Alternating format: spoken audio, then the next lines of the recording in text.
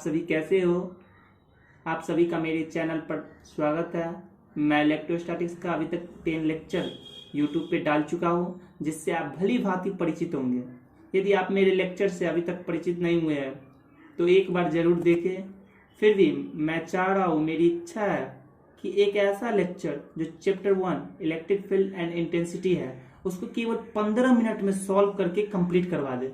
ठीक है, अभी तक यूट्यूब पे मैंने ऐसा लेक्चर नहीं देखा है, तो वो समय अभी आ गया है। आज मैं जो 10 लेक्चर अभी तक पढ़ाया हूँ अपने चैनल पर, उसको केवल एक लेक्चर में कंप्लीट कर दूंगा। ठीक है, तो चलिए वीडियो स्टार्ट करते हैं। तो देखिए, ये इलेक्ट्रोस्टैटिक्स है, जिसका हम लोग chapter 1 electric charge and field, जो फील्ड एंड इंटेंसिटी के बारे में बता रहे थे, उसको कंप्लीट केवल एक लेक्चर में करना है। ठीक है, तो अच्छे से ध्यान देकर समझिए हम क्या बता रहे हैं। देखिए, ये chapter electric charge and field है। ओके, तो देखिए, सबसे इसका पहला टॉपिक है चार्ज का एसआई यूनिट क्या होता है, एसआई यूनिट ऑफ चार्ज। तो ये बात ध्यान देने की बात है, इसको एक बार कंप्लीट करा देते हैं। ठीक है, और आप लोग बार बार कभी भी मौका मिले तो एक बार इस लेक्चर को देख लें। देखिए, चार्ज का एसआई यूनिट क्या होता है। सिस्टम ऑफ इंटरनेशनल यूनिट में चार्ज का यूनिट क्या होता है, तो चार्ज का यूनिट जो होता है वो कूलम होता है। CGS unit of charge, charge का जो सीजीएस यूनिट होता है वो क्या होता है, वो स्टेट कूलम्स होता है, या ईएसयू वो भी होता है, दोनों हो सकता है। ठीक है, देखिए, the value of one stat coulombs is equal to कितने कूलम के बराबर होता है। यदि कोई सीजीएस यूनिट में स्टेट कूलम्स है, उसको हमको कूलम में कन्वर्ट करना है, तो कैसे करेंगे। कोई पूछ दिया यदि सीजीएस में एक stat coulombs is equal to कितना कूलम होता है, तो इसको याद करने की आप बात है। ठीक है, कई तरह के ऑब्जेक्टिव में इस तरह के क्वेश्चन पूछे जाते हैं। तो वन स्टेट कूलम्स बराबर कितना होता है, 1/3 इंटू 10⁻9 कूलम, सॉरी। ठीक है, चलिए, और उसी को यदि हम कूलम में चेंज करते हैं, वन स्टेट कूलम्स बराबर 1 ईएसयू, स्टेट कूलम बोले तो ईएसयू, दोनों बात इक्वल है। ठीक है, तो चलिए, टॉपिक थर्ड क्या है, पॉइंट थर्ड, सॉरी। देखिए, पॉइंट थर्ड है टाइप्स ऑफ चार्ज, चार्ज कितने प्रकार के होते हैं। तो आपको ये सब लेक्चर 1 में पढ़ा दिया है, लेकिन इसका एक कंप्लीटली जो पूरा एज ए होल चैप्टर का एक लेक्चर में कंप्लीट करा रहा है। तो देखिए, टाइप्स ऑफ चार्ज कितने होते हैं। बेसिकली टाइप्स ऑफ चार्ज दो होते हैं, पॉजिटिव चार्ज, एक नेगेटिव चार्ज। पॉजिटिव चार्ज जिसको प्लस और नेगेटिव चार्ज माइनस। ठीक है, तो दो प्रकार के चार्ज हो गया। चलिए नेक्स्ट पॉइंट पे जाते हैं। नेक्स्ट पॉइंट को हम लोग समझते हैं क्या है नेक्स्ट पॉइंट। तो देखिए, नेक्स्ट पॉइंट है चार्ज का बेसिक प्रॉपर्टी कितना होता है। बेसिकली चार्ज का कितने प्रॉपर्टीज को धारण करते हैं चार्ज। देखिए, basically fundamental property of charge 3 होते हैं। एक एडिटिव प्रॉपर्टी होता है, दूसरा क्वांटाइजेशन प्रॉपर्टी होता है, थर्ड कंजर्वेशन प्रॉपर्टी होता है। तो एडिटिव प्रॉपर्टी में चार्ज का जो पूरा एडिशन होता है वो होता है, क्वांटाइजेशन में Q is equal to NE होता है, इसको बता रहे हैं। चलिए, तो पॉइंट 5 पे जाते हैं, quantisation of charge Q is equal to NE, ये फॉर्मूला याद रखिए। N बराबर नंबर ऑफ इलेक्ट्रॉन है और E is equal to charge of 1 electron. ठीक, तो चलिए पॉइंट नंबर 6 को जानते हैं। देखिए, चार्ज ऑफ 1 इलेक्ट्रॉन, एक इलेक्ट्रॉन पर कितने चार्ज होते हैं उसको जानते हैं। देखिए, एक इलेक्ट्रॉन पर बेसिकली 1.6 × 10⁻⁻19 कूलम चार्ज होते हैं, लेकिन यहाँ पर इलेक्ट्रॉन है तो यहाँ पे माइनस होगा। ठीक है, ये माइनस केवल इंडिकेट करता है कि इलेक्ट्रॉन है, यदि प्लस रहता है यहाँ पे तो इंडिकेट करता है कि यहाँ पे प्रोटॉन है। ठीक है, पॉइंट 6 को भी हम लोग जान लिए। चलिए नेक्स्ट टॉपिक, नेक्स्ट पॉइंट पे जाते हैं। देखिए, नेक्स्ट पॉइंट क्या है। नेक्स्ट पॉइंट है मास ऑफ 1 इलेक्ट्रॉन। एक इलेक्ट्रॉन का मास कितना होता है, द्रव्यमान कितना होता है। देखिए, एक इलेक्ट्रॉन का जो द्रव्यमान होता है वो 9.11 इंटू 10⁻31 kg होता है। कई तरह के आप न्यूमेरिकल फिजिक्स में बनाएंगे, इलेक्ट्रोस्टैटिक्स में ही, तो आपको मास ऑफ 1 इलेक्ट्रॉन का जरूरत पड़ेगा, साथ में ये भी जरूरत पड़ेगा। ये वैल्यू सबको आप लोग याद करते चलिए।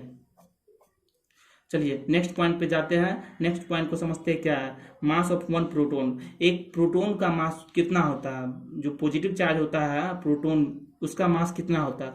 तो प्रोटॉन का मास होता है 1.67 इंटू 10⁻27 kg में। ठीक है, यदि इसको ग्राम में करेंगे तो -27 kg हो जाएगा। ठीक है, और यदि इसको ग्राम में करेंगे तो ये हो जाएगा -24 ग्राम। ये kg में है, इसको ग्राम में भी चेंज कर सकते हैं। ठीक है, mass of 1 electron is equal to हो गया 9.11 into 10⁻31 kg and mass of 1 proton जो प्रोटॉन का मास होगा वो हो जाएगा 1.67 इंटू 10⁻⁻27 kg, ठीक है।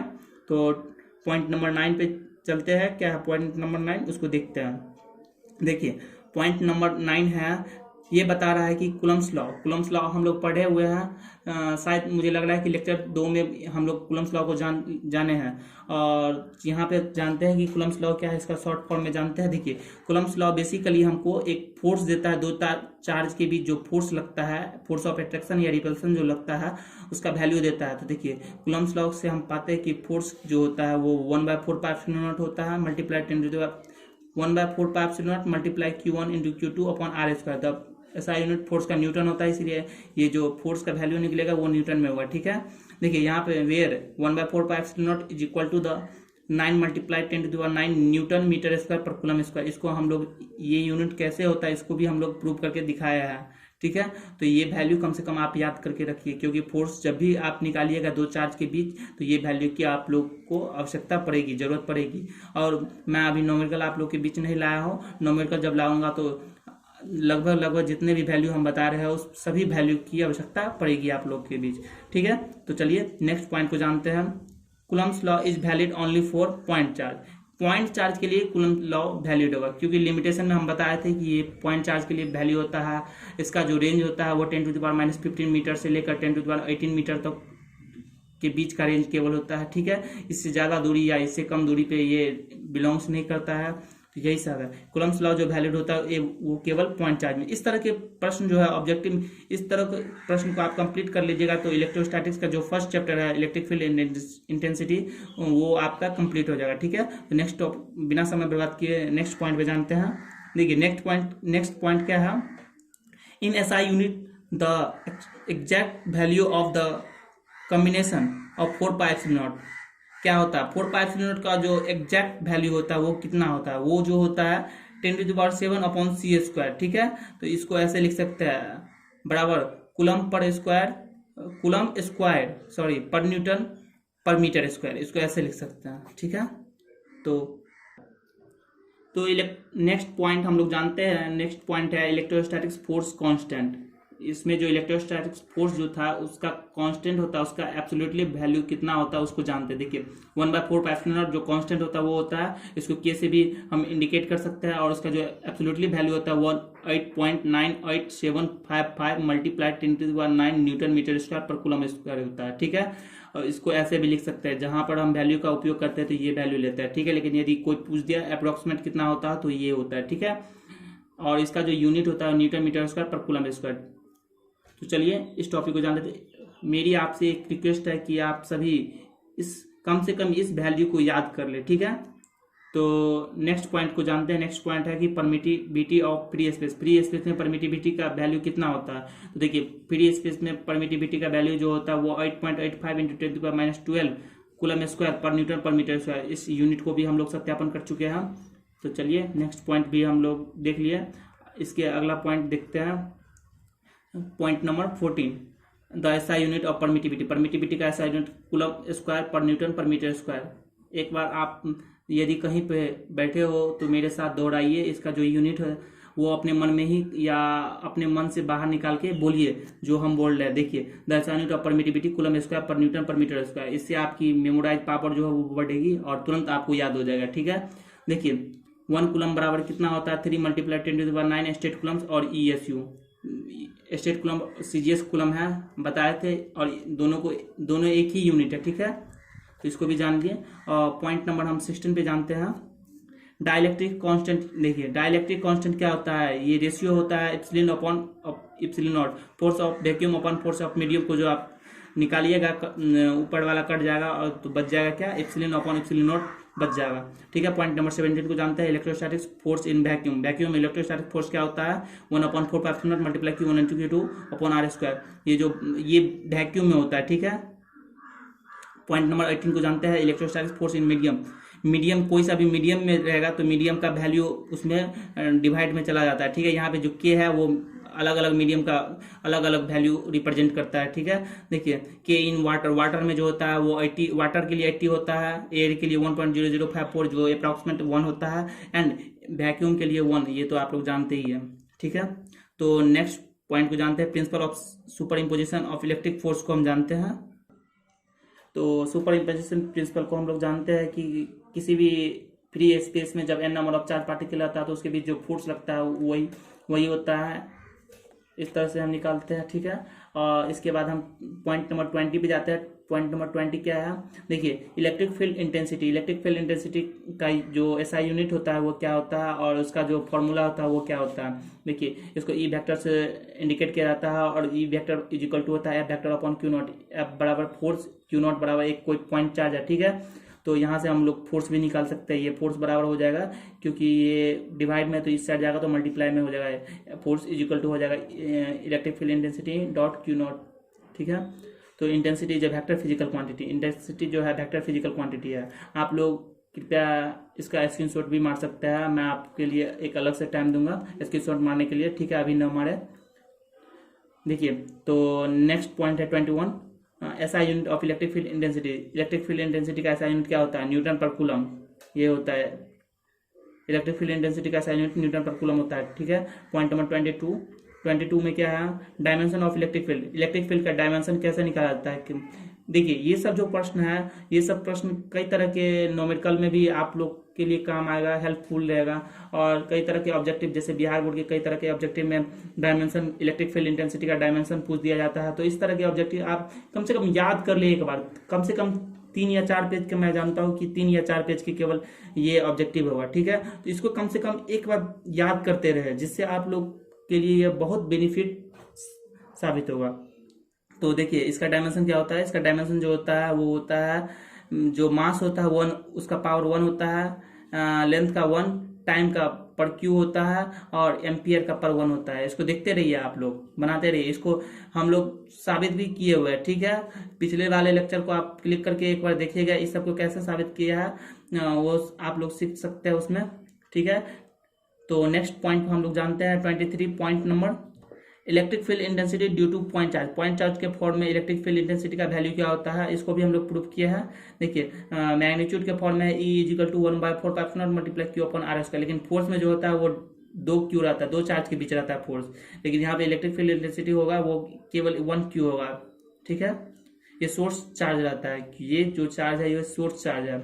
It means E is inversely proportional to R square. E जो डायरेक्टली इनवर्स डिपेंड रहेगा क्योंकि आर स्क्वायर पे डिपेंड रहेगा, इनवर्सली प्रोपोर्शनल है, ठीक है, व्युत्क्रमानुपाती जिसको हिंदी में बोलते हैं। चलिए, by the principle of super imposition of electric field.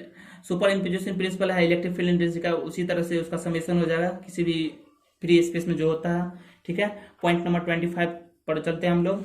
देखिए 25 में क्या है, point number volume charge density क्या होता है। वॉल्यूम चार्ज डेंसिटी इसको रो से इंडिकेट करते हैं और volume charge density is equal to होता है dq अपॉन dv कूलम पर मीटर क्यूब। उसी तरह से सरफेस चार्ज डेंसिटी इसको सिग्मा से डोनेट किया जाता है और surface charge density is equal to होता है dq अपॉन ds कूलम पर मीटर स्क्वायर।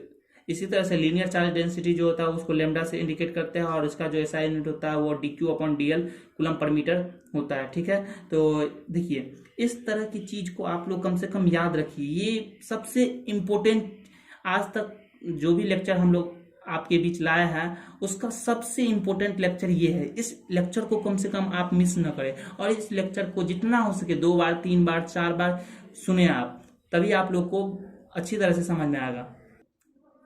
तो नेक्स्ट पॉइंट हम लोग जानते हैं कि नेक्स्ट पॉइंट क्या है। देखिए force exerted on a charge q not due to continuous charge distribution. Continuous charge distribution में जो फोर्स जो एक्सर्ट होता है वो कितना होता है, F is equal to Q not upon 4π0 का integration dq upon R square R cap, ये होता है, ठीक है। ये सब इतना इंपॉर्टेंट नहीं है, फिर भी आप लोग जान लीजिए क्योंकि मैं एज अ होल लेक्चर का एक लेक्चर में सम्मिलित किया है, ठीक है। Electric field due to continuous charge distribution, ये भी उसी तरह से है, ठीक है। देखिए नेक्स्ट पॉइंट है 28, electric dipole moment. Electric dipole moment क्या है, इलेक्ट्रिक डायपोल सिस्टम एक सिस्टम है, लेकिन इलेक्ट्रिक डायपोल मोमेंट जो उसमें मोमेंट की क्रिया होती है उसको जानते हैं। इलेक्ट्रिक डायपोल मोमेंट एक वेक्टर फिजिकल क्वांटिटी है जिसको हम लोग पी वेक्टर से डोनेट करते हैं। P vector is equal to Q cross 2a vector होता है, ठीक है। यहाँ पे मैग्नीट्यूड के फॉर्म में भी निकाले हैं, where 2a is equal to distance between two opposite charges, opposite charges, ठीक है।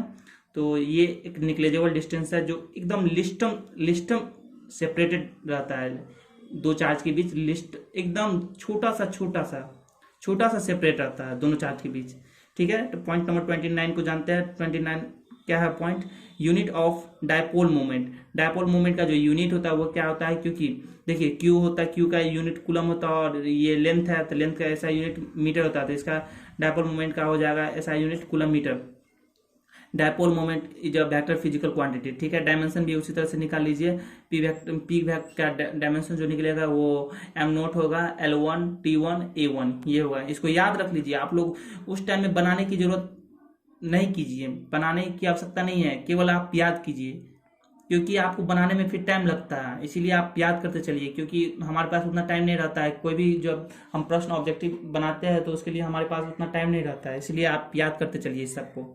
तो चलिए पॉइंट नंबर 31 को जानते हैं। क्या है 31 point, electric field due to dipole moment, electric field due to dipole moment when charge in present in axial point.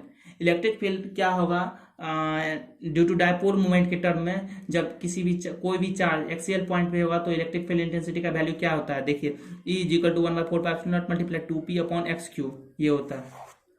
ये कम से कम 5 नंबर के क्वेश्चन में यानी प्रूव करना पड़ता है हम लोग को। बिहार बोर्ड में इस तरह के क्वेश्चन बराबर आते रहते हैं, बिहार बोर्ड में भी आते हैं, CBSE में भी आते हैं, फिर यूपी बोर्ड में भी आते हैं, इस तरह के क्वेश्चन आते रहते हैं, ठीक है। तो नेक्स्ट टॉपिक को जानते हैं हम लोग। नेक्स्ट पॉइंट क्या है, electric field intensity due to dipole moment. इसमें इक्वेटोरियल पॉइंट पे हम लोग को कैसे निकालेंगे इलेक्ट्रिक फील्ड इंटेंसिटी को, उसको जानते हैं। तो डायपोल हम इलेक्ट्रिक फील्ड इंटेंसिटी निकाल रहे हैं इक्वेटोरियल पॉइंट पे, ये हो जाएगा आपको E is equal to 1/4πε0 multiply P upon X square हो जाएगा, सॉरी क्योंकि इक्वेटोरियल पॉइंट पे एक्स स्क्वायर, उसमें एक्स क्यू होगा। देखिए एक्सियल पॉइंट पे जो होगा वो एक्स क्यू होगा और इक्वेटोरियल पॉइंट पे एक्स स्क्वायर, लेकिन इस जो निकाले हुए थे वो आर के टर्म में था, ठीक है, आर स्क्वायर। इसमें स्क्वायर हो जाएगा इक्वेटोरियल पॉइंट पे और एक्सियल पॉइंट पे जो हो जाएगा वो एक्स क्यू हो जाएगा, बाकी सब सेम रहेगा। देखिए टॉर्क क्या होता है इलेक्ट्रिक यूनिफॉर्म इलेक्ट्रिक फील्ड में, torque is equal to P vector cross E vector होता है। ये वेक्टर के टर्म में था, ये वेक्टर प्रोडक्ट है, इसको हम इस मैग्नीट्यूड के टर्म में ऐसे भी लिख सकते हैं पी sin थीटा। कि टॉर्क यूनिफॉर्म, किसी भी यूनिफॉर्म इलेक्ट्रिक फील्ड में टॉर्क क्या होता है वो डायपोल मोमेंट के टर्म में निकाले हुए हैं, ठीक है। इलेक्ट्रिक फ्लक्स के बारे में जानते हैं। इलेक्ट्रिक फ्लक्स क्या है, देखिए इलेक्ट्रिक फ्लक्स जो होता है वो स्केलर प्रोडक्ट होता है, वो इंटेंसिटी एंड एरिया वेक्टर का स्केलर प्रोडक्ट होता है, ठीक है। इसको ऐसे भी लिख सकते हैं phi is equal to E vector dot S vector, it is a scalar physical quantity, ठीक है। पॉइंट नंबर 35 को नोट करते हैं। देखिए 35 पॉइंट नंबर क्या है, देखिए SI unit of electric flux. Electric flux का जो यूनिट होता है एसआई के टर्म में, एसआई यूनिट के टर्म में उसको जानते हैं। देखिए यहाँ पे ई वेक्टर डॉट एस वेक्टर ये इसका फॉर्मूला होता है, तो इससे हम लोग यूनिट जो निकाले वो Newton metre square per coulomb, क्योंकि इलेक्ट्रिक फील्ड इंटेंसिटी का जो यूनिट होता है वो न्यूटन पर कूलम होता है और एस का एस बोले तो यहाँ पे एरिया वेक्टर है, एरिया का ऐसा यूनिट मीटर स्क्वायर होता है, तो यहाँ पे इज इक्वल टू हो जाएगा Newton metre square per coulomb, okay. तो चलिए नेक्स्ट पॉइंट को जानते हैं। नेक्स्ट पॉइंट है 36 डायमेंशन ऑफ इलेक्ट्रिक फ्लक्स। इसी तरह से ये यूनिट है, तो इससे हम डायमेंशन भी निकाल सकते। देखिए हम यहाँ पे निकाले हुए हैं, आप लोग कम से कम याद कर लीजिए, निकालिए नहीं, निकालने में फिर समय लगता है, इसीलिए मैं बार बार आप लोग से आग्रह कर रहा हूँ कि आप लोग याद कर लीजिए, एक बार देखते रहिए आप लोग लेक्चर कम से कम, जिससे आप लोग का मेमोरी पावर भी बढ़ेगा और आपको याद भी हो जाएगा, ठीक है। तो इसका जो डायमेंशन होगा वो हो जाएगा आपको M1 L3 T⁻³ ampere per ampere, ये हो जाएगा इसका। देखिए लेक्चर का हम लोग काफ़ी नज़दीक चले आया है इलेक्ट्रोस्टैटिक्स का पार्ट 1 को ख़त्म करने के लिए, तो बहुत ही अब कम समझिए 5 मिनट में इलेक्ट्रोस्टैटिक्स का पार्ट 1 समाप्त हो जाएगा। चलिए इस चैप्टर का सबसे इम्पोर्टेंट टॉपिक गॉस थ्योरम को समझते हैं। गॉस थ्योरम क्या है उसको शॉर्टकट में हम बताते हैं। देखिए गॉस थ्योरम जो होता है वो हम इलेक्ट्रिक फ्लक्स से जान चुके हैं कि वेक्टर डॉट ds वेक्टर होता है, उसका जो फॉर्मूला गॉस थ्योरम के रूप में होता है वो q अपॉन एप्सिलॉन नॉट होता है, क्योंकि नेट चार्ज जो 1 अपॉन एप्सिलॉन नॉट टाइम में पास होता है किसी भी क्लोज सरफेस से, उसी को मैथमेटिकली ऐसे रिप्रेजेंट किया जाता है, ठीक है। Where phi is equal to electric flux होता है, ds vector is equal to elementary area होता है, एलिमेंट्री बोले तो एकदम स्मॉलेस्ट पार्ट ऑफ एरिया होता है क्लोज सरफेस का, ठीक है। q is equal to charge enclose by a close surface, चार्ज जो इनक्लोज करता है वो क्लोज सरफेस से इनक्लोज करता है, ठीक है, ओके। तो पॉइंट नंबर 38 को नोट करते हैं। Electric field due to long straight charge wire, किसी भी लॉन्ग स्टेट चार्ज वायर के लिए इलेक्ट्रिक फील्ड इंटेंसिटी का वैल्यू क्या हो जाएगा, ये E is equal to λ upon 2πε0r। ये आप लोग याद करते चले जाइए, इसको सॉल्व करने की जरूरत नहीं है और इसको मैथमेटिकली हमको समझना नहीं है, इसको याद कर लीजिए आप, और इसको समझा दिए हम पिछले वाले लेक्चर में, ठीक है। पॉइंट नंबर 39 को हम लोग जानते हैं। 39 क्या है पॉइंट, देखिए electric field due to plane sheet पे इलेक्ट्रिक फील्ड इंटेंसिटी का वैल्यू जो होता है वो होता है E = sigma upon 2 epsilon naught. इसको भी याद कर लीजिए, नोट कर लीजिए। चलिए पॉइंट नंबर 40 को जानते हैं। 40 पॉइंट नंबर क्या है, electric field of positively charge parallel plate, किसी भी दो पॉजिटिवली चार्ज प्लेट के बीच या उसके इंटायर पार्ट में या इसके बाहरी पार्ट या अंदर दोनों पार्ट में इलेक्ट्रिक फील्ड इंटेंसिटी का जो वैल्यू होता है वो क्या होता है, देखिए आउटसाइड पार्ट में जो होता है, यदि चार्ज कोई दो चार्ज प्लेट है, ठीक है, positive positive positive positive positive positive, तो आउटसाइड दोनों पार्ट में जो होता है वो प्लस माइनस टू, एक पार्ट में होता है plus minus 1/2 epsilon not sigma 1 plus sigma 2, ये आउटसाइड में होता है, ठीक है। लेकिन इनसाइड बोले तो भीतर वाला पार्ट, ये दोनों चार्ज प्लेट है उसके भीतर में जो होता है वो होता है 1/2 epsilon not into sigma 1 minus sigma 2, ठीक है। तो नेक्स्ट पॉइंट को हम लोग जानते हैं, electric field of two equally and oppositely charge plate, जब दो अपोजिट, एक प्लस रहेगा, एक प्लस चार्ज प्लेट रहेगा और एक माइनस रहेगा, तब क्या होगा, तो देखिए फॉर आउटसाइड बाहरी में जो होगा वो 0 होगा, लेकिन भीतर में जो होगा दोनों के बीच के प्लेट के बीच में वो हो जाएगा sigma upon epsilon not. Okay, ये जान लिया हम लोग। तो नेक्स्ट पॉइंट को जानते हैं। चलिए अब next point, last point, electric field intensity का लास्ट पॉइंट, जो 10 लेक्चर अभी तक हम लोग पढ़े हैं उसका एक लेक्चर में जो कंप्लीट करा रहा हूँ उसका लास्ट पॉइंट। देखिए लास्ट पॉइंट क्या है, इससे बढ़कर अब कोई पॉइंट नहीं मिलने वाला है। देखिए लास्ट पॉइंट है, electric field due to spherical shell of charge density sigma and radius R है। देखिए कोई भी स्फेरिकल खोखला गोला है, ठीक है। तो देखिए आउटसाइड पॉइंट पे जो होता है, आउटसाइड बोले तो बाहरी पॉइंट पे जो होता है, इलेक्ट्रिक फील्ड इंटेंसिटी जो होता है 1/4π मल्टीप्लाई Q/r² होता है, ठीक है। आउटसाइड पे देखिए एट अ सरफेस, ये सरफेस पे क्या होता है, सरफेस पे जो रेडियस होता है, ये रेडियस यदि r है तो इलेक्ट्रिक फील्ड इंटेंसिटी जो हो जाएगा वो हो जाएगा 1/4π multiply Q/r²। For inside points, यानी इनसाइड बोले तो अंदर के पार्ट में, यदि सरफेस को छोड़ दिया जाए, ये तो खोखला है, सरफेस को छोड़ दिया जाए तो इलेक्ट्रिक फील्ड इंटेंसिटी जो सरफेस के अंदर जो होगा वो 0 होगा। ये इस तरह के न्यूमेरिकल पूछे जाते हैं कि न्यूमेरिकल बोले नहीं सॉरी ऑब्जेक्टिव पूछे जाते हैं कई तरह के एग्जाम में, कि जो इनसाइड स्फेरिकल के इनसाइड में इलेक्ट्रिक फील्ड इंटेंसिटी का वैल्यू कितना होता है, तो ऑप्शन दिया रहता है 0 होता है, 1/4π/Qr² होता है, इसी तरह का ऑप्शन होता है, तो उसमें आपको 0 टिक लगाना है, ठीक है, क्योंकि इनसाइड में 0 होता है। किसी भी खोखले सरफेस, कोई भी स्फेरिकल गोला है, ठीक है, उसके इनसाइड में जो होता है इलेक्ट्रिक फील्ड इंटेंसिटी का वैल्यू वो 0 होता है।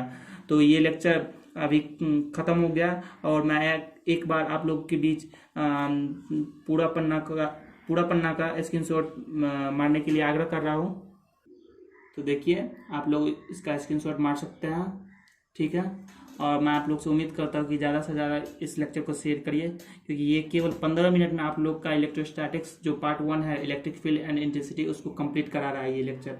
तो आप लोग अपने दोस्त के बीच भी ये लेक्चर को शेयर कर सकते हैं। चलिए स्क्रीनशॉट मार लीजिए इसका।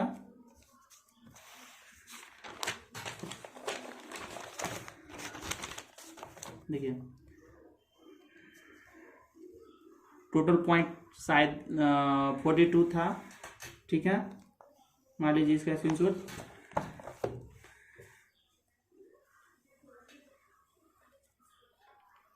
ये मैं आप लोगों के बीच नोट को क्लियर कराया, ठीक है। जितना भी लेक्चर अभी तक मैं आप लोग पढ़े हैं, 10 लेक्चर मैंने आपके बीच लाया था, ठीक है, तो उसका केवल जो एज ए होल लेक्चर का एक लेक्चर मैं आप लोग के बीच कंप्लीट करा रहा हूँ।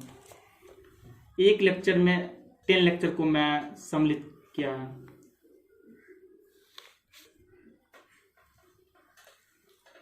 अच्छे से देखिए और इसे ज़्यादा से ज़्यादा आप लोग देखिए, जिससे आप लोग कम से कम एक लेक्चर को देख के तो इलेक्ट्रोस्टैटिक्स सीख ले। और आप लोग यदि इलेक्ट्रोस्टैटिक्स सीख लिया तो मैं उम्मीद करता हूँ कि जो इसका नेक्स्ट सेकेंड चैप्टर है वो आप लोग आसानी से सीख लेंगे। और कम से कम डायमेंशन को याद करते चलिए और जो भी न्यूमेरिकल वैल्यू है उसको भी याद करते चलिए।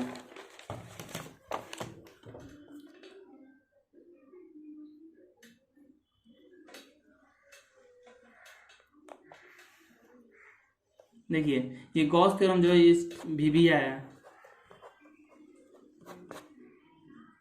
ठीक है। देखिए खत्म हो गया। आप लोग धैर्य एवं संयम के साथ रहिए। मैं आप लोग के बीच 12 का इलेक्ट्रोस्टैटिक्स का पार्ट सेकेंड भी खत्म करूंगा जल्दी। जय हिंद, जय भारत।